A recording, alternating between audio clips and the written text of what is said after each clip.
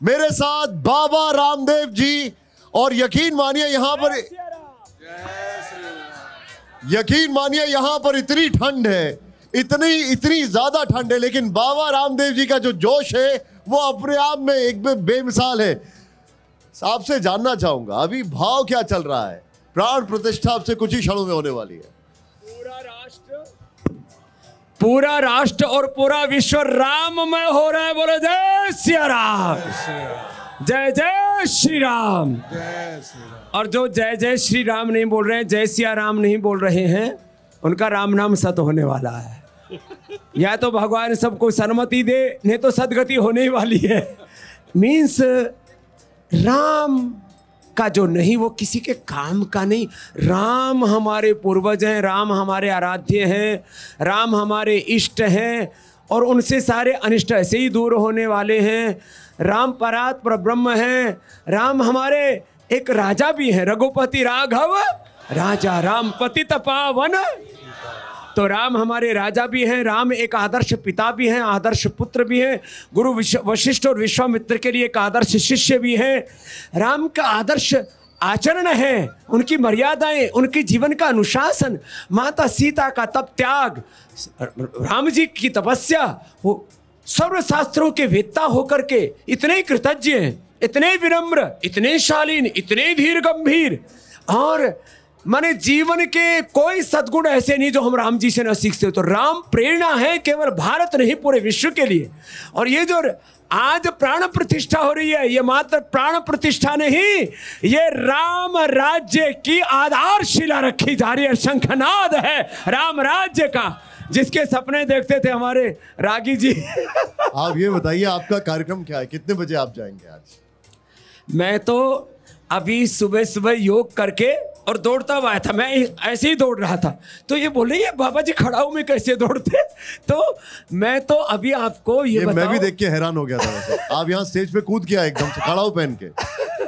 तो अभी मैं, क्योंकि पंडाल में ना हजारों वीआईपी जा रहे हैं, इसमें सेलिब्रिटीज भी हैं, इसमें सारे देश के जो है शिक्षाविद भी हैं, इसके अंदर बौद्धिक लोग भी हैं, इंटेलेक्चुअल लोग हैं बहुत बड़े बड़े, इसमें आध्यात्मिक सेलिब्रिटीज भी हैं। अच्छा, इसमें मीडिया के भी लोग हैं, इसमें कॉर्पोरेट्स भी हैं, इसमें जो भी राम के प्रति श्रद्धा रखते हैं, राजधर्म को जो राष्ट्र धर्म के रूप में देखते हैं, जो लोकतंत्र और धर्म तंत्र को दोनों को समान इज्जत देते हैं, वो कितने लोग सम्मिलित हो रहे हैं। तो हम तो भैया 9 बजे प्रविष्ट हो जाएंगे और 10 बजे से भगवान राम में सब चित्त लगा के रखना। 12 बजे वाला जो मुहूर्त है ना, उसकी शुरुआत 10:12 से हो जाएगी। अपना चित्त भगवान राम में लगा के रखें, राम राम रटते रहे। रघुकुल नंदन कब आओगे गाते थे, रघुकुल नंदन अब आएंगे। दासी की जो परिया चरण कमल से पावन कर दो प्रभु। तो आज तो इतना भक्ति में वातावरण, और अयोध्या इतनी सुंदर है, निशांत जी कभी नहीं देखी। आपका जो उत्साह है ये देखते, वैसे तो हमेशा ही रहता है, लेकिन आज तो एकदम अलग है। पूरी अयोध्या झूम रही है। बाबा रामदेव आज मंदिर में क्या मनोकामना लेकर जाएंगे? बस एक ही मनोकामना है कि मेरा भारत फिर से अपनी खोई हुई उस गरिमा को, जो भारत कभी जगत गुरु विश्व गुरु था, परम वैभवशाली था, और वैभव केवल आर्थिक नहीं, संस्कृति का वैभव, समृद्धि का वैभव तो होना ही चाहिए। दरिद्रता के हम कभी उपासक नहीं रहे। यतोभ्युदय निश्रेयसा सिद्धि सधर्म, महर्षि कणाद ने कहा। तो हमारे पास समृद्धि के साथ, भौतिक समृद्धि के साथ संस्कारों की समृद्धि, वैचारिक समृद्धि आए और यह भारत फिर से पूरे विश्व का मार्गदर्शन करे। मैं तो TV 9 पर जब आपको युद्ध की कवरेज करते हुए दिखता हूँ, कितना चारों तरफ से बम पटाखे सब फूट रहे हैं।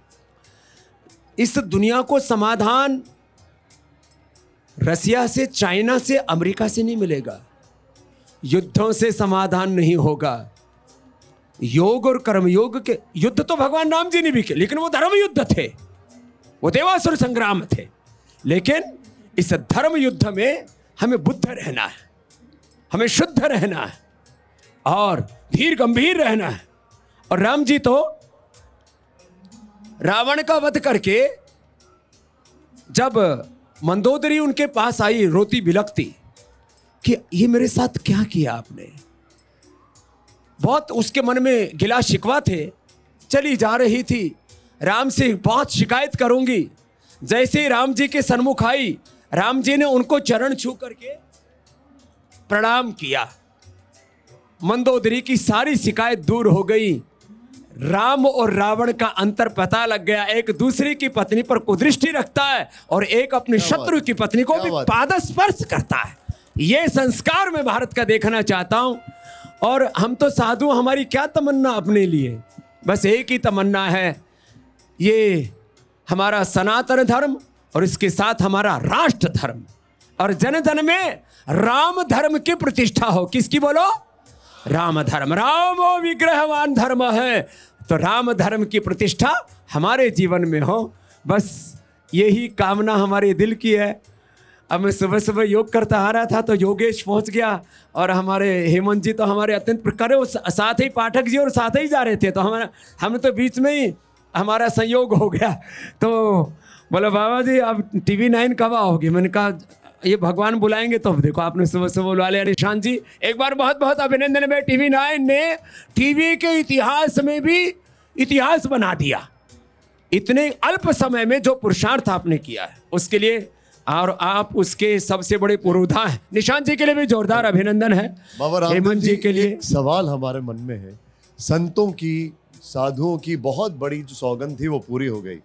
अब बाबा रामदेव की अगली सौगंध क्या है? देखो, पहले तो योग आयुर्वेद स्वदेशी का आंदोलन चलाया। अब हम प्राण प्रतिष्ठा के साथ प्रण कर रहे हैं। जैसे आज देश की सांस्कृतिक आज़ादी का दिन है। राजनीतिक आज़ादी 15 अगस्त 1947 को मिल गई थी। आज ये सांस्कृतिक आज़ादी का दिन है। देश को ऐसे ही आर्थिक गुलामी, शिक्षा, चिकित्सा की गुलामी से ये 3 क्रांतियाँ हमें करनी है। और इसके लिए मैं भी कम से कम 60-70 साल और हो सकेगा तो 100 साल जीने वाला हूँ भगवान राम जी की कृपा से। और जो राम जैसा राष्ट्र को देखना चाहते थे, राम राज्य में कभी जो भारत हुआ करता था, उसको राम जी की कृपा से, सबके आशीर्वाद से बनाएंगे। रामदेव जी आपका बहुत बहुत आभार। आपने समय निकाला, बहुत बहुत शुक्रिया आपका।